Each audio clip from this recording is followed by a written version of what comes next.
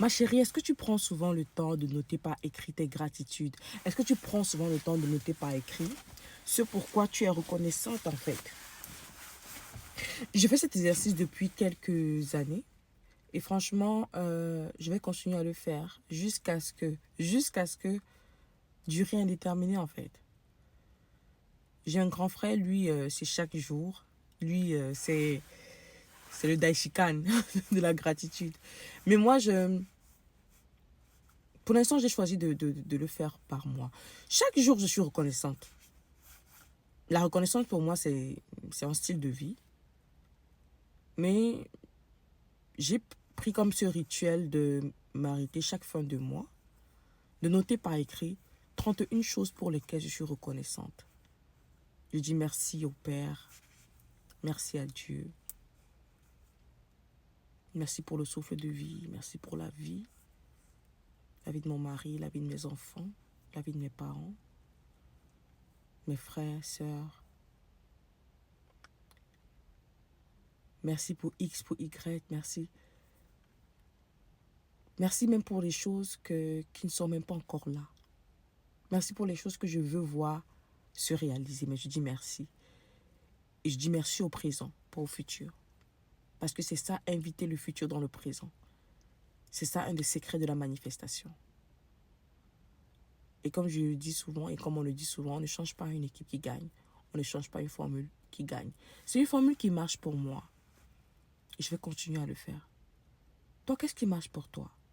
Comment est-ce que tu pratiques la gratitude? Comment est-ce que tu manifestes? Comment est-ce que tu t'appropries la loi d'attraction? Parce qu'il y a des choses qu'on dit dans des livres. Mais il y a comment est-ce que tu trouves une façon de personnaliser, de faire ce qui marche pour toi. Je suis de celles qui pensent qu'on ne vit pas cette vie par hasard. Cette vie répond aux lois. Et la gratitude est un principe de vie. Quand une personne vit dans la gratitude, quand une personne connaît et s'imprègne du pouvoir de la gratitude, c'est une personne dont la vie ne sera pas forcément facile, mais une personne qui trouvera toujours sa part en fait. Toujours. Ta part ne va jamais manquer. Ça peut être difficile, mais pour toi, il y aura toujours une certaine différence. Il y aura une certaine légèreté, facilité, parce que tu auras compris. Sois une personne qui pratique la gratitude. Pratique la gratitude comme, I don't know. Sois une personne reconnaissante. Apprends à dire merci. Apprends à dire merci. Et quand tu es une personne qui apprend à dire merci, même quand ce sera dur, ce sera facile pour toi de dire merci. Et parce que tu sais dire merci, même quand c'est dur, la difficulté devient plus légère.